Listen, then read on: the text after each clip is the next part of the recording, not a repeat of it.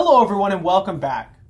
Now, we've been talking a lot about the heat equation. I want to continue that discussion here. What I would like to do though is I would like to take a large step forward in complexity by talking about the multi-dimensional heat equation. Now, if you remember, in the first video in this lecture series, we derived an equation for the heat equation, or a partial differential equation for heat flow on a one-dimensional rod. Now, the one-dimensionality came from the fact that this thing had constant cross-sectional area, and we made a lot of simplifying assumptions about its density and all of these kind of things. Now, those same basic principles that we use to derive that heat equation could be used to derive heat equations in higher spatial dimensions. So, for example, if you have a two-dimensional sheet or some sort of three-dimensional object, maybe a sphere or a cylinder or something much more complicated, you can do the same thing. So what I would like to do is just give you the higher dimensional heat equation, and then we're going to sort of talk about some aspects of it instead of deriving it using basically the same techniques that we had before. So again, you still have a specific heat and you have a density. Then you have a partial derivative with respect to time of your function of your temperature. Now, though, your space is multi-dimensional, so you don't just have a single partial derivative.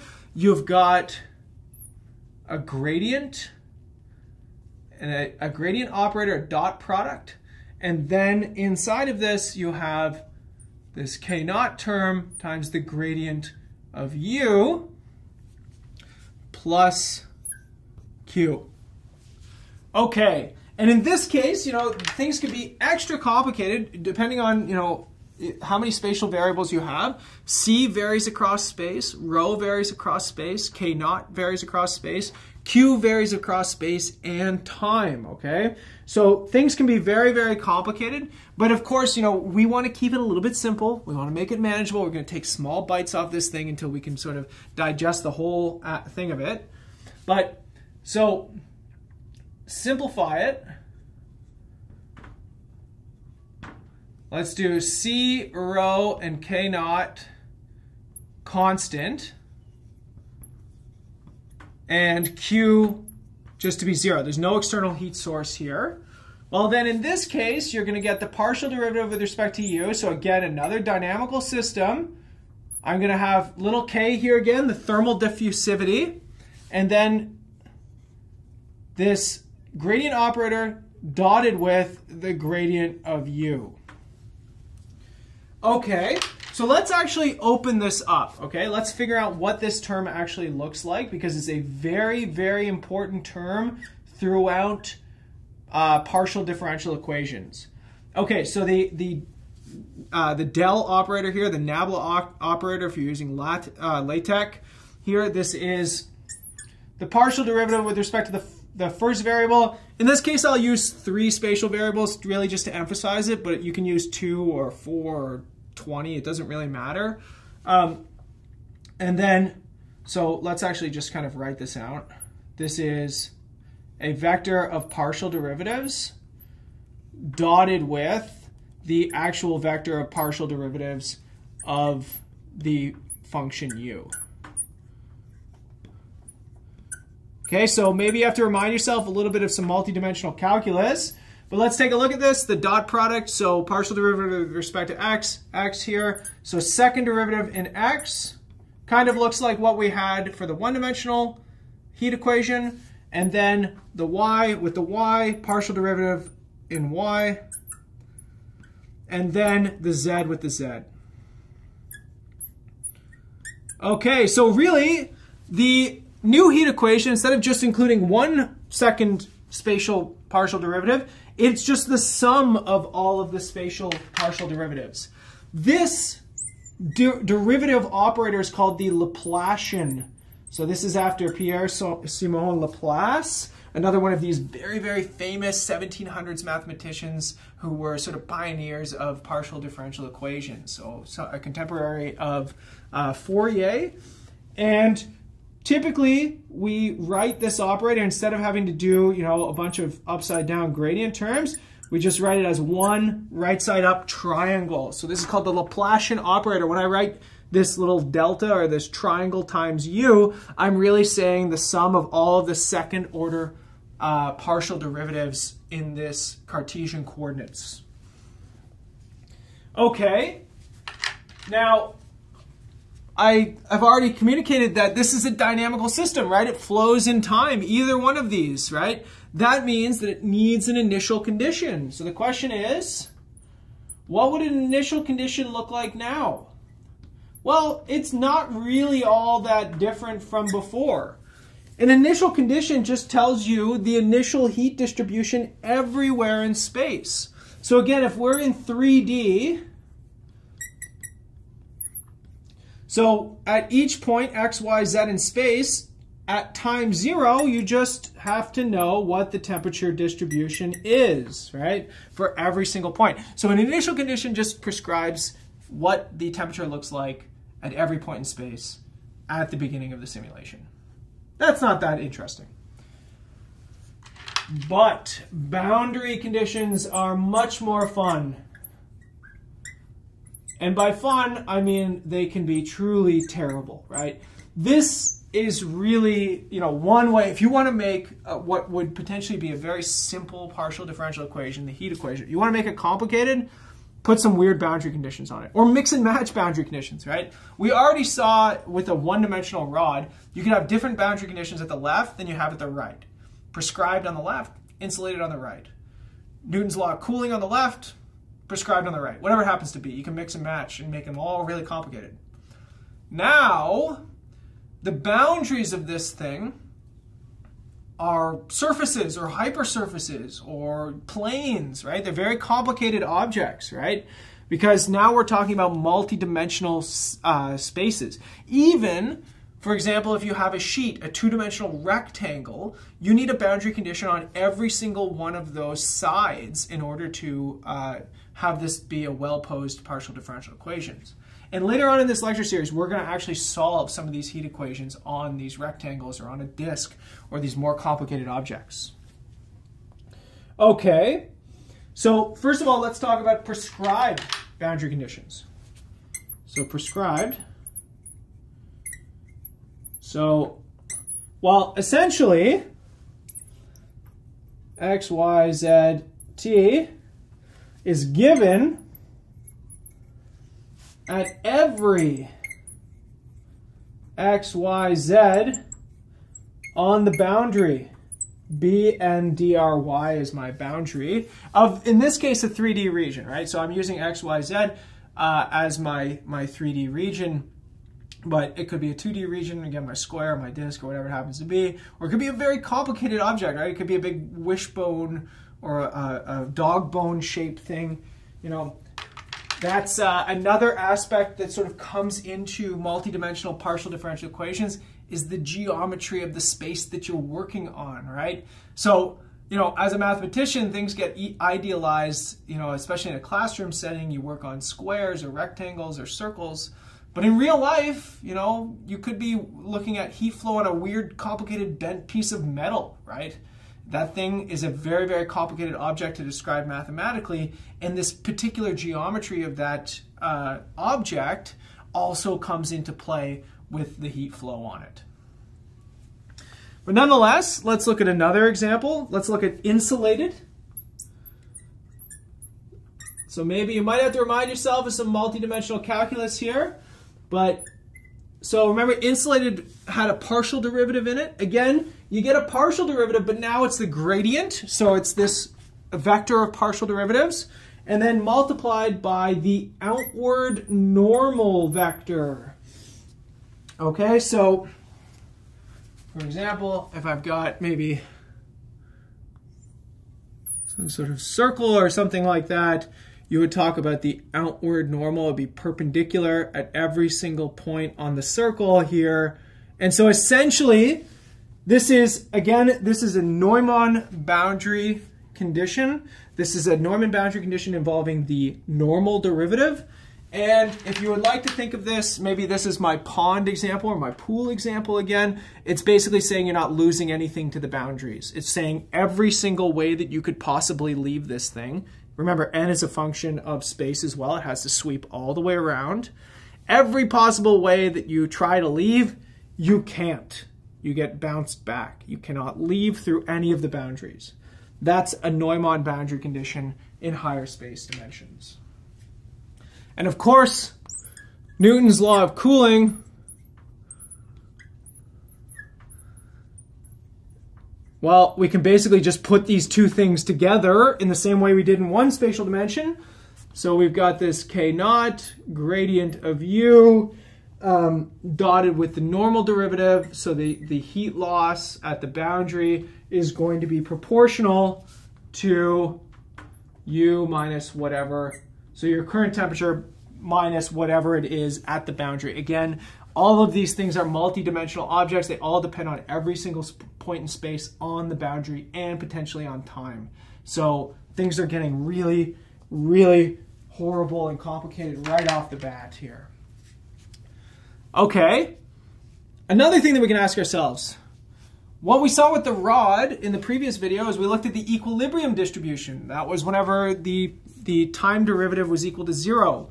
We saw that we got a nice ordinary differential equation. Life was pretty good. So let's ask ourselves, what is the equilibrium? So the equilibrium temperature distribution here now. Well, it's a partial differential equation again, right? So here I get this sort of Laplacian term, or these sort of gradient terms, plus Q. And okay, so let's make one little simplification. If this is constant, well then it's not affecting this derivative here, so I can pull it out. I get a nice Laplacian term, and I get what's called Poisson's equation. So another one of these big time French mathematicians working around the same time as Laplace and Fourier. You're going to see a lot of these names coming up. There's this whole school, Legendre is in there as well, of, I forget the order, but some were some doctoral advisors, some were the students, and they kind of, there was this, you know, long, beautiful school of French partial differential equations, and really the foundations of a lot of the discipline goes back to that school. So people like Fourier, Laplace, Legendre, Poisson, they're all sort of fundamental characters in this story. And so Poisson's equation is going to give us negative Q over K naught. So now you're solving the Laplacian equal to some function, right? Now, what I will warn you of is that this, again, is a partial differential equation. It is not necessarily an ordinary differential equation, right? It's a sum of second-order partial derivatives. This is a very hard problem to solve. And again, geometry comes into play. So it's not necessarily as simple as we saw in the one-dimensional case, as is always, right? When you learn regular calculus and then you learn multidimensional calculus, you say, why couldn't it just have been as simple as it was in one dimension, of course. Now, this equation actually is used quite a lot with describing gravity as well. So if you're coming from theoretical physics, or I believe as well, it also comes up a lot in electromagnetism. So very, very strong physical principles sort of going on here. But for us, this is a sort of heat. This is describing an equilibrium heat distribution. And plus boundary conditions, right? Now, if you go further, if Q is 0, so there's no external heat sources, well, then you get what's called Laplace's equation. So here we go. We got Laplace again. Laplace's equation. And that's just when you set the Laplacian equal to 0. So if you've ever heard of a field of mathematics called harmonic analysis, a lot of the fundamentals of that field go back to solving for these solutions of Laplace's equation. So we call solutions of Laplace's equations harmonic functions, okay? So we'll go into this in a little bit more detail as we progress through the course. We'll see the Laplacian and how to solve it on certain domains. But again, geometry plays a huge role here.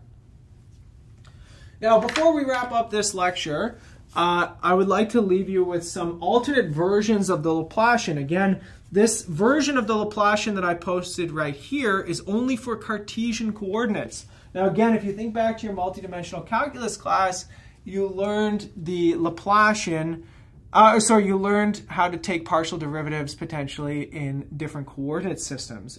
And that's also going to be important to us as we move through this. So let's keep it with, let's keep ourselves with the three-dimensional coordinate system. Let's look at the cylindrical coordinates.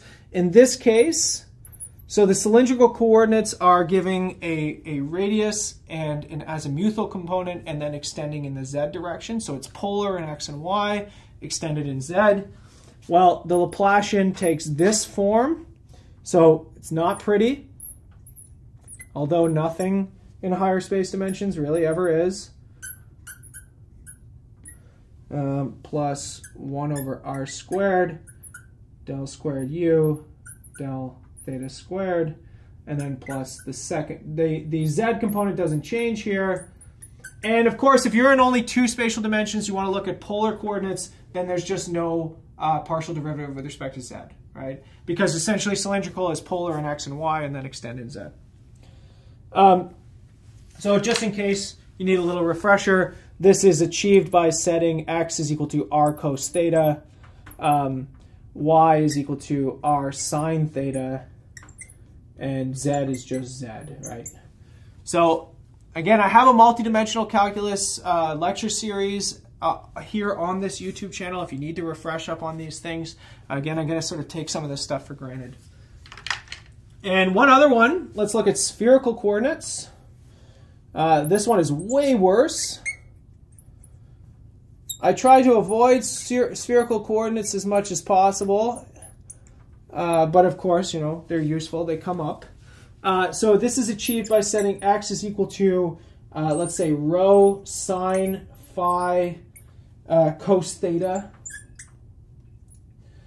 Y is equal to rho sine phi sine theta. And z is equal to rho cos phi. And then the Laplacian in these coordinates becomes this beautiful mess, which is 1 over rho squared, and then partial derivative with respect to rho squared partial u partial rho, plus, I'll write it down here just so it doesn't get too ugly on you, although it's very hard to avoid, sine of phi partial phi, and then sine phi partial u partial phi, pardon me. You can probably hear me losing interest while I write this. It's just brutal. Sine squared of phi, and then partial squared u partial theta squared. Okay, so a horrible, horrible expansion, but an extremely useful one nonetheless. So, I mean, the Laplace equation, Poisson's equation, the Laplacian operator, these are some of the most fundamental equations and partial differential equations and well-studied equations and things that people are still trying to solve, right? The heat equation is not something that's done, even though that we worked on it. You know, it started, a lot of the work started in the 1700s on this. There's still people running simulations of this thing with more complicated, say, boundaries or geometries or more complicated coefficients in here. Remember I said the specific heat should really include U. That's going to make things very, very complicated whenever you start putting together your heat equation. So I don't want you to get the impression here that this stuff is done or it's solved, right? It's a very, very complicated, ongoing, and involving subject. But what we can do in this class is we can at least start from some of the simple cases so you can build an intuition for what happens with the more complicated cases. Okay, when we come back in the next video, we're going to talk about the linearity property of the heat equation and the principle of superposition, which is going to allow us to actually solve the equation through separation of variables. So I'll see you all in the next video, everybody.